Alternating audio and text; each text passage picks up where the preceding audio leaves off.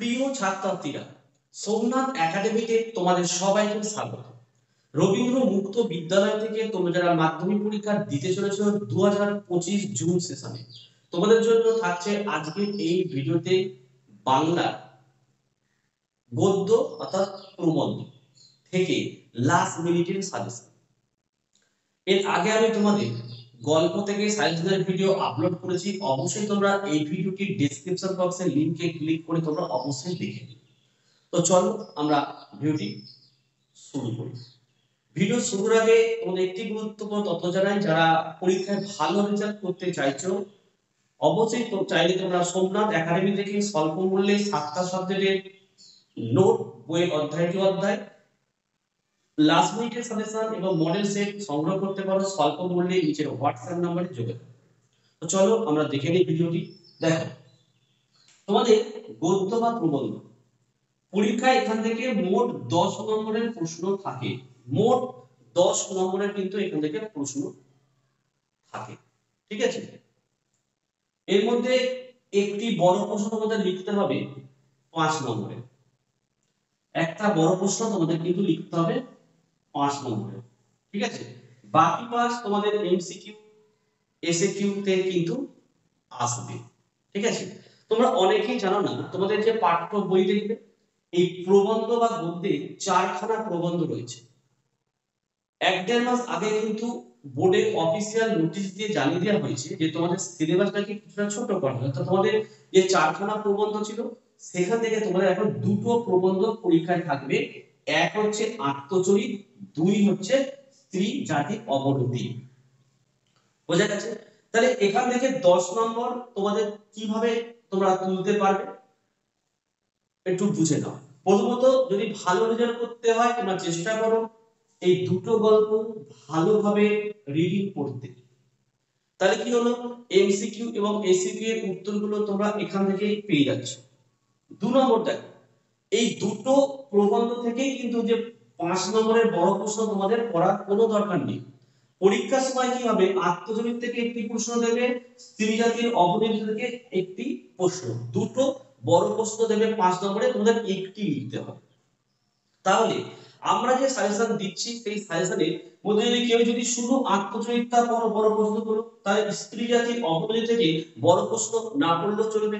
কারণ হচ্ছে দুটো জায়গা থেকে দুটো বড় প্রশ্ন আসবে, একটি তোমাদেরকে লিখতে হবে। তাহলে যদি একটাই প্রবন্ধ ভালোভাবে তোমরা পড়ো বড় প্রশ্নগুলো, তাহলে এই স্ত্রী জাতির অবনতি থেকে বড় প্রশ্ন না পড়লেও চলবে। আবার কারো যদি স্ত্রী জাতির অবনতি ভালো লাগে, তোমরা এটা পড়বে, এটা না পড়লেও চলবে, কিন্তু দুটোই কিন্তু রিডিং পড়বে। কারণ এখান থেকে কিন্তু শর্ট প্রশ্ন তো পরীক্ষায় দেবে, তাই না? তো আশা করি তোমরা বুঝতে পেরেছো, ঠিক আছে। আর আমরা যে সাজেশনটা দিচ্ছি এই সাজেশনের প্রশ্নগুলো তোমরা প্রস্তুত করে নাও। এখান থেকে হুবহু প্রতি বছরের ন্যায় 100% তোমরা কিন্তু কমন পাবে।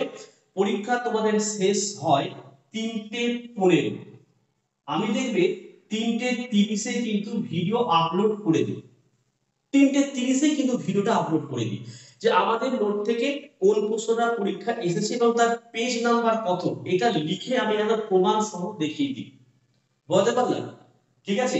আর যারা ভালো রেজাল্ট করতে চাইছো বা এখনো পড়াশোনা শুরু করতে পারোনি, কি পড়বে বুঝতে পারছো না, তোমরা যদি চাও নিচের হোয়াটসঅ্যাপ নম্বরে যোগাযোগ করে স্বল্প মূল্যে 7টা সাবজেক্টের তোমরা অবশ্যই নোট নিতে পারো। একদম বইয়ের অধ্যায় টু অধ্যায় প্রশ্ন উত্তর, এমনকি তোমার যে গণিত, যে মোটা অঙ্কের বই, সেই গণিতের সম্পূর্ণ সলভ আমাদের কাছ থেকে তোমরা নিতে পারো এই 7টা সাবজেক্টের মধ্যে। যারা এই 7টা সাবজেক্ট নিচ্ছ তারা আমাদের কাছ থেকে 7টার মধ্যে 6টা সাবজেক্টের লাস্ট মিনিটের সাজেশন পাবে।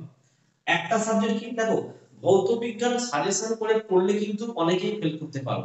তাই আমাদের কাছ থেকে যারা ফুল নোটস নিয়েছো, লাস্ট মিনিটে শর্ট নোটস এবং মডেল সেট নিয়েছো, এই জিনিসগুলো পড়ে গেলে তোমরা সব কমন পেয়ে যাবে। তার সঙ্গে তোমরা মডেল সেট পাচ্ছ প্রত্যেকটা সাবজেক্টে 3টে করে, কিন্তু তোমাদের বেঙ্গলি আর ইংলিশের কিন্তু বেঙ্গলি আর হিস্ট্রি কিন্তু মডেল সেট হচ্ছে না। এই কারণে তোমাদের দেখবে পাঠ্য বইয়ের পেছনে যে মডেল সেট গুলো দিয়েছে বেঙ্গলি এবং হিস্ট্রি, সেটা কিন্তু ওল্ড সিলেবাস। তাহলে বাংলা ইংলিশ বাদ দিয়ে বাকি প্রত্যেকটা সাবজেক্টে তোমরা 3টে করে মডেল সেট তার উত্তর সহ পাচ্ছ, এবং ভৌত বিজ্ঞানে আমরা 6টা মডেল সেট দিচ্ছি। তা এই জিনিসগুলো যদি এই 1.5 মাসের মধ্যে করতে পারো, এর বাইরে আর কিছু আসে না পরীক্ষায়। আশা করি তোমরা বুঝতে পেরেছো। তো চলো আমরা সাজেশনটি দেখে নিই। দেখো, প্রবন্ধ মোট নাম্বার 10। প্রবন্ধ থেকে 10 নম্বর আসবে। আমি তোমাদের আগেই দেখিয়েছি বোর্ডে দুটো প্রবন্ধ রয়েছে, একটা দেখো আত্মচরিত রয়েছে, একটা দেখো স্ত্রী জাতির অবনতি রয়েছে। তো দেখো, আত্মচরিত থেকে আমি মাত্র 2টি প্রশ্ন দিয়েছি। 1 নম্বর হচ্ছে আত্মচরিত রচনার নামকরণের সার্থকতা বিচার করো। 2 হচ্ছে আত্মচরিত রচনাংশ অবলম্বনে ঈশ্বরচন্দ্র বিদ্যাসাগরের শেখার আগ্রহ ও মেধার দৃষ্টান্ত দাও। এনপি মানে দেখো, যারা আমাদের কাছ থেকে নোট সংগ্রহ করেছো তারা নোটের 35 নম্বর পেজে প্রথমের উত্তর পাবে, এবং 2 নম্বর প্রশ্নের উত্তর নোটের 36 নম্বর পেজে পাবে। আর যারা আমাদের কাছ থেকে নোট নিয়েছো, অবশ্যই নোটে আরও যে এক্সট্রা প্রশ্ন আছে একটু পড়ে রেখো, কারণ রবীন্দ্র মুক্ত বিদ্যালয়ে কী হয়, মাঝে মাঝে রিপিটেড প্রশ্ন কিন্তু করে দেয়। যদি রিপিটেড প্রশ্ন করে দেয় সেক্ষেত্রে আমার তো কিছু করার নেই। তাই তোমাদেরকে বলবো অবশ্যই নোটের প্রশ্ন উত্তরগুলো ভালো করে তোমরা পড়ে যেও। আচ্ছা, স্ত্রী জাতির অবনতি থেকে আমি মাত্র 3টি প্রশ্ন দিয়েছি, দেখে নাও। 1 নম্বর হচ্ছে স্ত্রী জাতির অবনতি প্রসঙ্গে বেগম রোকেয়া তৎকালীন নারী জাতির যে অবস্থা বর্ণনা করেছেন তা বর্ণনা করো। এটা আমাদের নোটের 47 পেজে।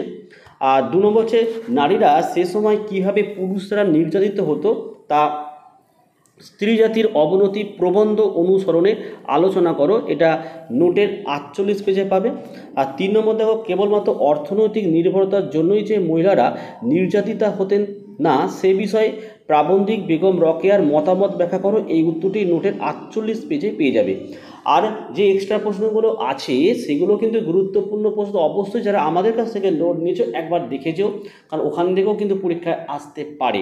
ঠিক আছে, আর এই প্রশ্নগুলো অবশ্যই তোমাদের ভালো করে প্রস্তুত রাখতে হবে। ঠিক আছে, দেখো এই ছিল আজকের ভিডিও। যারা আমাদের কাছ থেকে নোট নিতে চাও, নিচের হোয়াটসঅ্যাপ নাম্বারে স্বল্প মূল্যে প্রতিটি সাবজেক্টের নোট এবং সাজেশন সংগ্রহ করতে পারো। আর ভিডিও ভালো লাগলে একটি লাইক করো, এবং চ্যানেলে নতুন হলে চ্যানেলটিকে সাবস্ক্রাইব করো। পাশে থাকা বেল আইকন প্রেস করে অল নোটিফিকেশনটাকে অন করো, যাতে আমি যখনই কোনো ভিডিও আপলোড করব সবার প্রথম যেন তোমাদের কাছে পৌঁছে যায়। তো আজকের ভিডিওটি আমি এখানে শেষ করলাম। তোমরা প্রত্যেকে ভালো থেকো এবং সুস্থ